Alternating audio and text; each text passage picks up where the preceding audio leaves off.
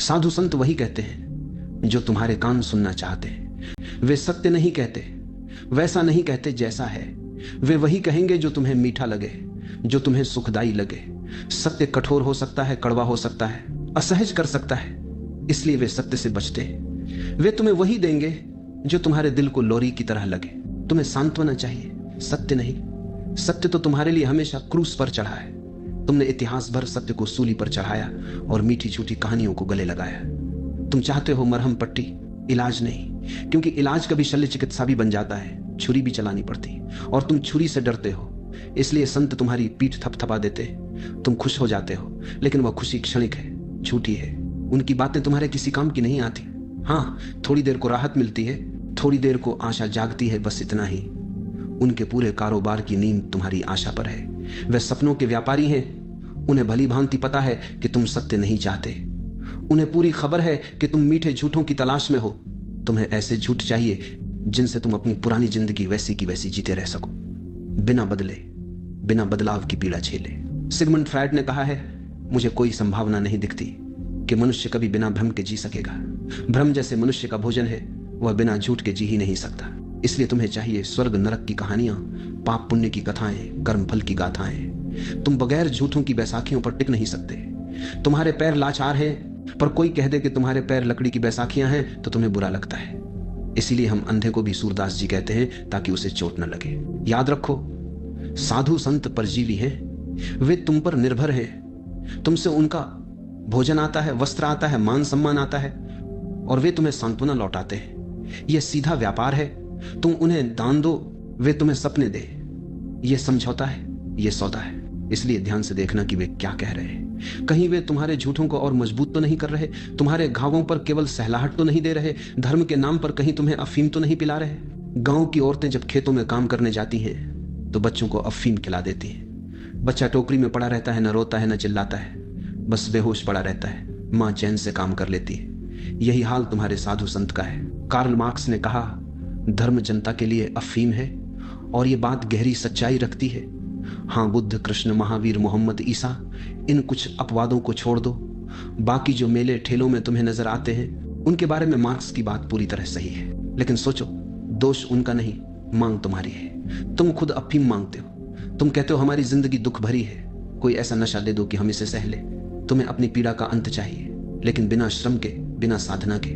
ध्यान रखो, दुख मिट सकता है, यह सच है, लेकिन दुख मिटाने के लिए मेहनत करनी पड़ेगी।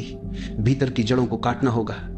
बीमारी लक्षणों से नहीं मिटती, उसकी जड़ें काटनी पड़ती हैं। अगर तुम्हें बुखार चढ़ा है और कोई कह दे ठंडे पानी में बैठ जाओ, शरीर गर्म है, ठंडा हो जाएगा, तो तुम्हें अच्छा लगेगा?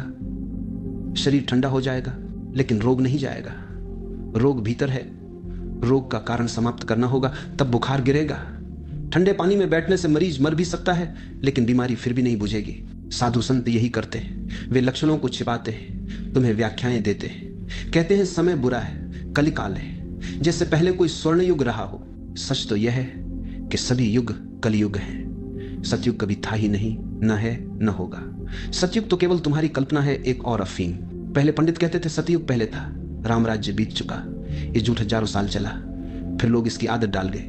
पुरानी अफीम असर खो बैठी, अब नई अफीम चाहिए। नई अफीम है कम्युनिज्म। वो कहता है सतयुग आने वाला है। पुरानी अफीम कहती थी पीछे था स्वर्ग, नई कहती है आगे होगा स्वर्ग। फर्क कुछ नहीं पड़ा। पहले लोग काशी काबा जाते थे, अब क्रेमलिन जाते हैं। पहले गीता कुरान में सांत्वना खोजते थे, अब दास कैपिटल और कम्युनिस्ट मैनिफेस्टो में खोजते हैं। पर कहानी वही है, और इस बीच जीवन हाथ से निकल रहा है। जीवन अभी है, जीवन यही है, और यदि कुछ करना है तो आज करना होगा, यही करना होगा, इसी क्षण करना होगा। लेकिन तुम तैयार नहीं। तुम कहते हो हमें कोई प्यारा सपना दो ताकि हम उसे ओढ़कर फिर सो जाएं। तुम्हारे साधु संत कहते हैं ये कलयुग है, समय बड़ा कठिन है। इस अंधकारमय युग में केवल एक उपाय है, भक्ति। योग कठिन है, तप कठिन है, ध्यान कठिन है, लेकिन भक्ति आसान है। मंदिर जाओ, आरती उतार लो, 2 फूल चढ़ा दो, पत्थर की मूर्ति के सामने माथा टेक दो, या घर के कोने में ही अपना बनाया हुआ भगवान बिठा दो, फिर उसके आगे बैठकर सिर झुका दो। यही खेल तुम्हारे लिए भक्ति कहलाता है। ये आसान है, इसमें कोई बाधा नहीं, न साधना चाहिए न आंतरिक क्रांति, और सस्ता भी। तुम सोचते हो बात हल हो गई, कठिन समय है तो सरल उपाय मिल गया। पर मैं कहता हूं सावधान रहो साधु संतों से। बुद्ध पुरुष कुछ और होते हैं, बुद्ध पुरुष तुम्हें मीठी नींद नहीं देंगे, वे तुम्हें झकझोरेंगे और तुम उन्हें गालियां दोगे, अपमानित करोगे, सूली चढ़ाओगे, जहर पिलाओगे। लेकिन साधु संतों की पूजा करोगे। तुमने कभी सोचा कि तुम किसकी पूजा कर रहे हो? कहीं ऐसा तो नहीं कि वह तुम्हें सपनों में उलझाए हुए? कहीं ऐसा तो नहीं कि वह तुम्हें वही सुना रहा है जो तुम्हें रास आता है? सुखद भ्रम, मीठा धोखा। ध्यान कठिन है, क्योंकि ध्यान का अर्थ है विचारों की पूरी श्रृंखला तोड़ना। ध्यान का अर्थ है मन की कैद से बाहर आना, और यह संघर्ष है। जब तक मन से पार न जाओगे, ध्यान उपलब्ध न होगा। लेकिन राम हरि जपना सरल है, तोते भी जप लेते हैं। एक बार सिखा दो, तोते भी रटते रहेंगे, राम राम हरि हरि। यह हृदय का स्मरण नहीं, केवल होठों का खेल है।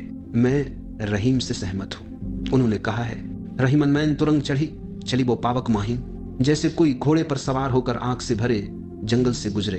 प्रेम पंथ ऐसो कठिन, सब कोई निबहत ना है। प्रेम का मार्ग ऐसा ही है, सबके बस का नहीं है। राम हरि जपते रहना प्रेम का मार्ग नहीं है।